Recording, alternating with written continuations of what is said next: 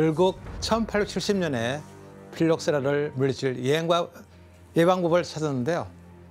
필록세라의 내성이 있는 미국종 포도나무 뿌리와 유럽종 포도나무 대목을 접붙이는 것이었습니다. 뿌리만 그거 미국 거고. 대목은 프랑스 거죠. 네. 와, 이게 그렇게 되는구나. 1870년에 해결책이 나왔지만 농가들은 이 방법을 소극적으로 받아들였습니다. 1888년이 되었어야 부르고뉴 양조가들을 비롯한 대부분의 농부들이 이 방법으로 필록셀라를 해결할 수가 있었습니다.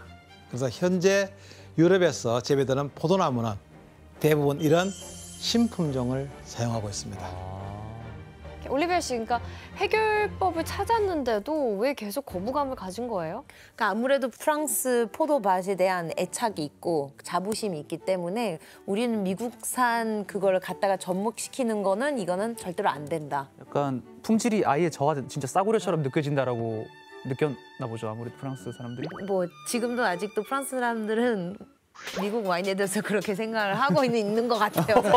말해서.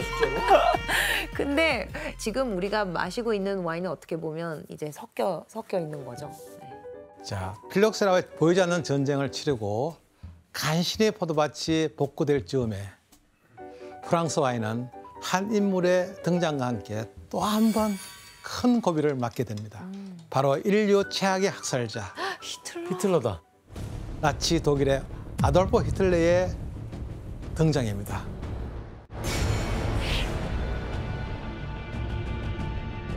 제2차 세계대전이 벌어지자 프랑스 농부들은 포도밭이 전쟁터로 변하기 전에 수확을 해야 하는 어려운 상황에 직면하게 되었습니다. 그래서 나라에서는 특별히 포도 농부들에게는 현역 소집을 연기해주기도 하고 일손을 돕기 위해 군병력의 일부를 포도밭으로 파견하기도 했습니다. 이렇게 프랑스 정부 차원에서 와인을 지키려 노력하고 있을 때 히틀러를 주축으로 한 나치 독일은 프랑스 와인을 호시탐탐 노리고 있었어요. 히틀러의 오른팔인 헤르만 게링은 보르도 와인을 무척 좋아했고 선전의 대가 요세프 게벨스는 부르고뉴 와인을 아주 선호했다고 합니다. 이처럼 히틀러를 비롯한 나치 수뇌부들은 프랑스 와인에 심취해 있었습니다. 그러던 1940년 당시 히틀러와 나치 독일은 와인을 조직적으로 수탈하기 위한 와인 전문가들까지 파견됐는데 나치는 이들을 바이엔퓨러, 즉 와인 총독이라고 불렀습니다.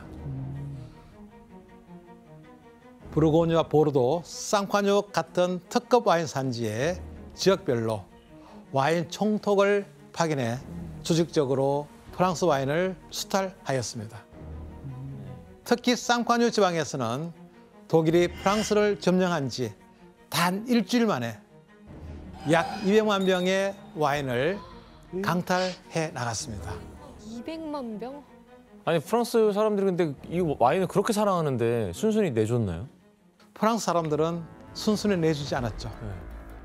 토마토나 양배추밭 밑에 와인을 묻어서 숨기거나 동굴에 와인을 감추고 동굴 입구를 잡초로 막아두기도 했다고 합니다. 처절하게 숨겼구나. 자, 그리고 히틀러는 이렇게 수탈해간 프랑스 와인 중 많은 양을 자신의 별장인 일명 독수리 요새 와인 저장고에 보관을 했습니다. 와인 저장고에는 무려 50만 병의 와인이 있었다고 합니다. 와, 50만 병? 그런데 이렇게 각별한 노력으로 와인을 지켜낸 프랑스인들에게 1976년 최악의 굴욕적인 사건이 발생하게 됩니다. 바로 일명 파리의 심판이었습니다. 그렇지. 이 사건. 이것도 굴욕적인 거 아닌가 어떻게 보면?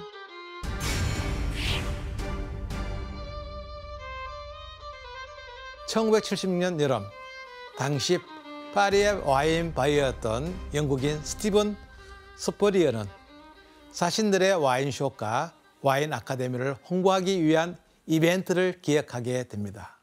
이때가 마침 미국 독립 200주년을 맞이한 시기였기 때문에 프랑스 와인과 미국 와인을 블라인드 테이스팅 해보기로 하였습니다. 경쟁하는 건가요? 이때 심사위원 11명 중에 9명이 프랑스에 근이 있는 와인 전문가들이었습니다. 노만의 꽁띠 소유주, 미쉐린 3스타 레스토랑 셰프, 수석 소믈리에, 프랑스 와인 전문지 편집장도 거기에 있었습니다. 블라인드 테이스팅은 레드 와인과 화이트 와인으로 오전에는 화이트 와인, 오후에는 레드 와인으로 구분하여 시험을 진행했습니다. 와, 궁금하다. 전문가들은 서로 다음 수도 나누면서 아주 부드러운 분위기에서 테이스팅을 했습니다.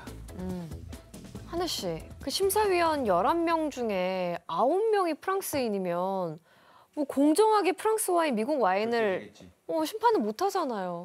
아무래도 뭐 그렇게 생각하실 수도 있지만 일단 첫째로 블라인드 테스트였고요. 그치. 그러니까 뭐 레이블을 가린 상태에서 평가를 하기 때문에 그런 점이 하나 있을 테고 무조건 프랑스가 이긴다라는 생각이 있었고 마치 우리 손흥민 선수가 조기 축구에 가가지고 헛발질 할 거라고 생각하지 않잖아요. 아, 그렇죠, 그렇죠. 그런 것처럼 승패보다는 어떤 하나의 그냥 이벤트 정도로 생각했던 것 같아요. 그때는. 그치. 그러면은 당시 화이트 와인 시험 결과가 어떻게 나왔는지 함께 보겠습니다.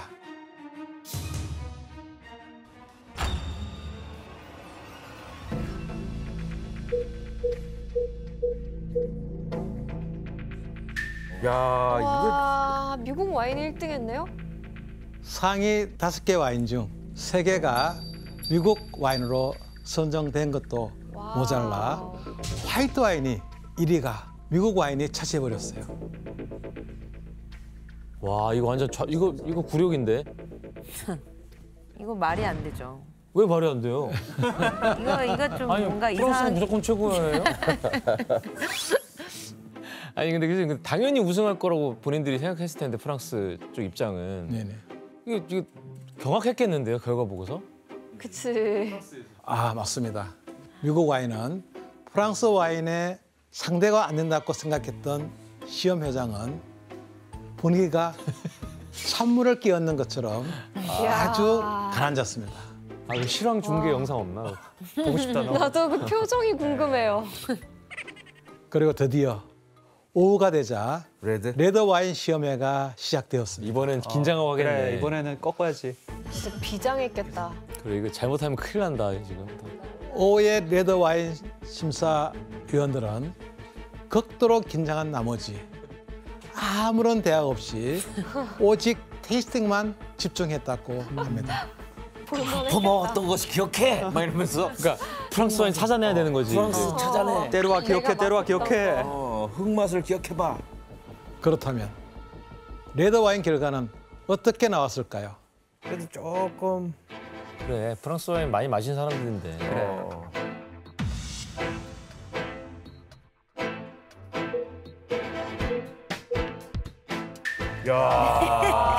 스택 슬립. 야, 와인셀러한테 졌네. 와.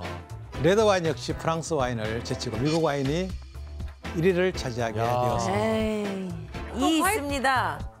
1.5 차이로 안 됐네. 네, 심지어 2번, 4번 저 무똥 로칠드와 오브리용은 아까 말했던 그랑크리 1등급입니다. 네, 5대 샤토 중에 네. 2개죠. 충격적인 거죠, 사실. 정말 몇십 년 안 된 미국 와인이. 그렇죠. 미국이 이게 얼마나 자랑스러워하는 일이냐면 아직까지도 저 스택 슬립과 아까 1등한 샤또 몬텔레나는 이 사건을 언급하면서 계속 홍보를 해요. 아직 50년째. 50년째. 근데 있잖아요. 꽤 엄청 놀랐을 것 같아요. 이거 뭐라고 하죠? 무슨 사건이라고 하죠? 파리의 심판. 저 처음 들어봤어요. 정말요? 에이. 진짜요. 아 진짜요. 이거 S 와면 아는구나. 유명한데. 이거 프랑스에서도 교과서에서 한 번도 들어본 적이 없어요. 프랑스인만 귀를 이번 모르는 거예요. 방송을 귀를 막고 준비하면서 있는 정말 이거 뭐죠? 무슨 심판? 이게 진짜 그럼 한 번 더 보실래요? 모르시는데 한번 자존심이 허락하시지 않는 거야. 웃겨. 그러면 결과를 알게 된 프랑스 심사위원들의 반응은 충격 그 자체지 뭐. 너무 자만했어. 숨고 싶을 창피했을 거야. 것 같아요. 심사위원들은 하나같이 이 시험회가 잘못됐다고 뭐가 잘못됐는데? 아주 화를 냈습니다. 특히 프랑스 와인 리뷰 잡지의 편집장이었던 오테트 칸은 결과가 발표되자마자 투표용지를 돌려달라고 화를 내기도 하고 조작된 이 시험회를 비판하기도 했습니다. 그러면서 이 사건을 자기들만의 해프닝으로 조용히 묻고 넘어가려고 했습니다. 하지만 우리들이 다 알고 있지. 하지만 2주 후에 타임지의 파리 특파원이 이 사건을 대서특필하게 되었죠. Judgment of Paris. 파리의 심판. 이렇게 시험의 결과가 기사로 발표되면서 와인업계에 엄청난 파장을 야. 일으키게 됩니다. 진짜 대사건이다. 아니 근데 하늘 씨, 네. 이건 좀 모르는데 이후에 제2의 파리의 심판도 있어요? 맞아요. 사실 이렇게 프랑스인들이 인정하기 힘든 결과잖아요. 그래서 2006년 당시에 출전했던 그 레드 와인들 연도까지 맞춰가지고 재대결을 한 겁니다. I'm Christian Vanke, and I was one of the judges of the 1976 Paris wine tasting. I'm here for the commemoration of the 30th anniversary of that tasting. I'm particularly honored and flattered, and we are looking forward for the fight, friendly fight.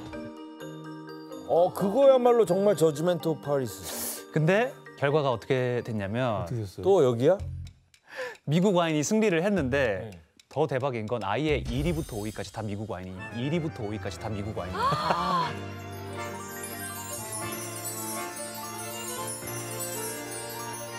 올리비아 씨 모르는 사실이잖아요. 아 진짜요. 못 들었어요. 처음 듣는 거잖아요. 네, 2006년에 오늘 잘 나오셨어요. 아 진짜요. 모르는 정보를 알아가는 게 저희 프로예요. 그래서 1위부터 5위를 쓸어버렸습니다, 미국 와인. 말도 안 된다.